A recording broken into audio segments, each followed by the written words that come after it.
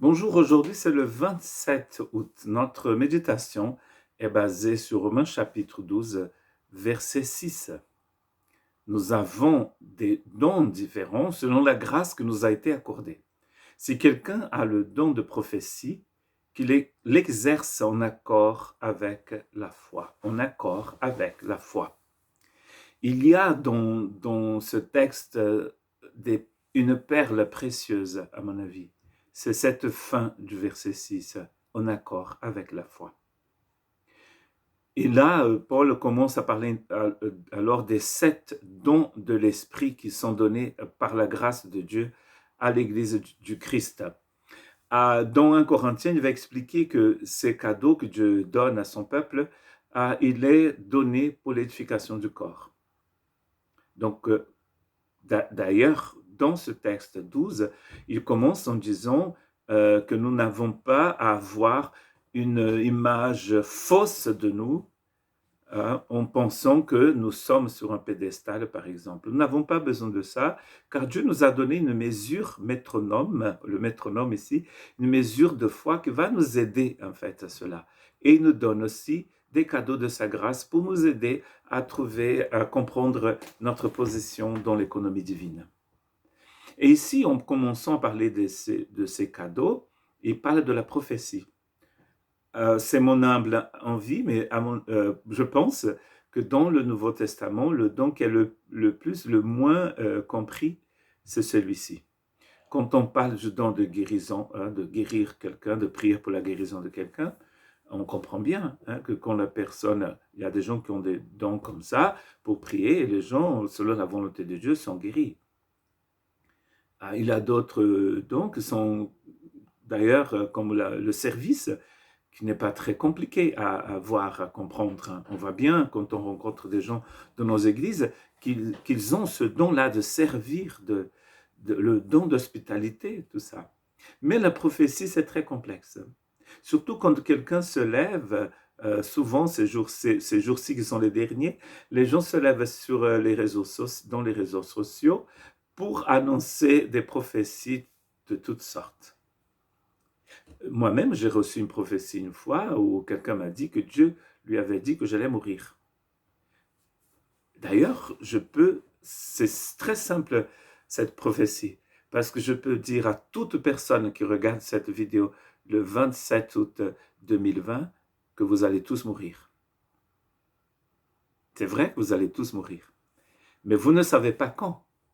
Ça, c'est le seul problème. Vous ne savez pas quand, mais vous allez mourir. D'ici 120 ans, toute personne qui regarde cette vidéo le 27 août 2020 sera morte, y compris moi. Donc, c'est très simple, vous voyez. Mais Dieu est beaucoup plus intelligent que ça. Dieu est d'une intelligence éternelle. Et Dieu ne donne pas de prophétie comme ça.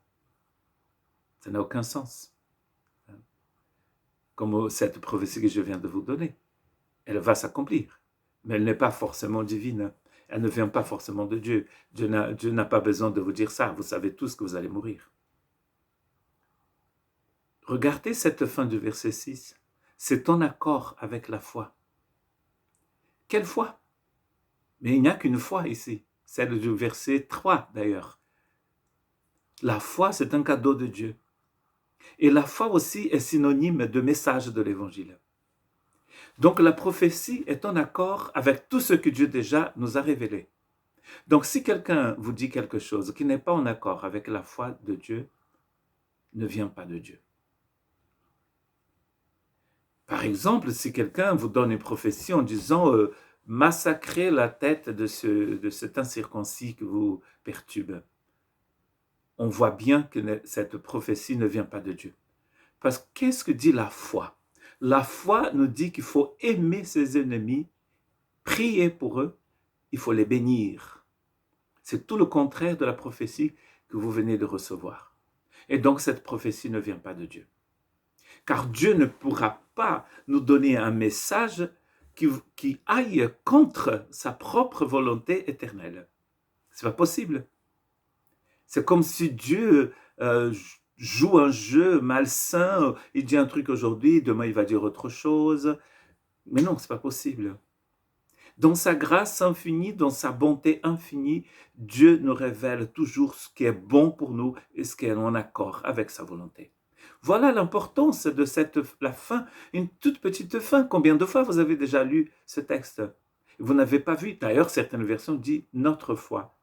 Dans le sens où nous sommes accaparés de cette foi que nous a été donnée. Mais quand la Bible parle de notre foi, il ne parle pas d'une foi humaine. La foi que nous avons n'est pas celle de Dieu.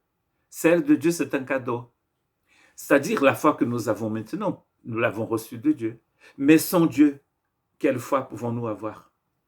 C'est selon la mesure de la foi que Dieu nous donne et qui nous révèle. Une fois que vous avez mis dans ce cadre la prophétie, c'est une bénédiction. Sinon, c'est une perte de temps et ça embête pas mal de monde. Et ça ne produit rien du tout. Donc, que Dieu puisse vous aider à avoir ce discernement. Déjà, devenir un prophète en 2020. Une chose que je voulais souligner sur ce texte, c'est que c'est un texte envoyé à l'Église de Rome.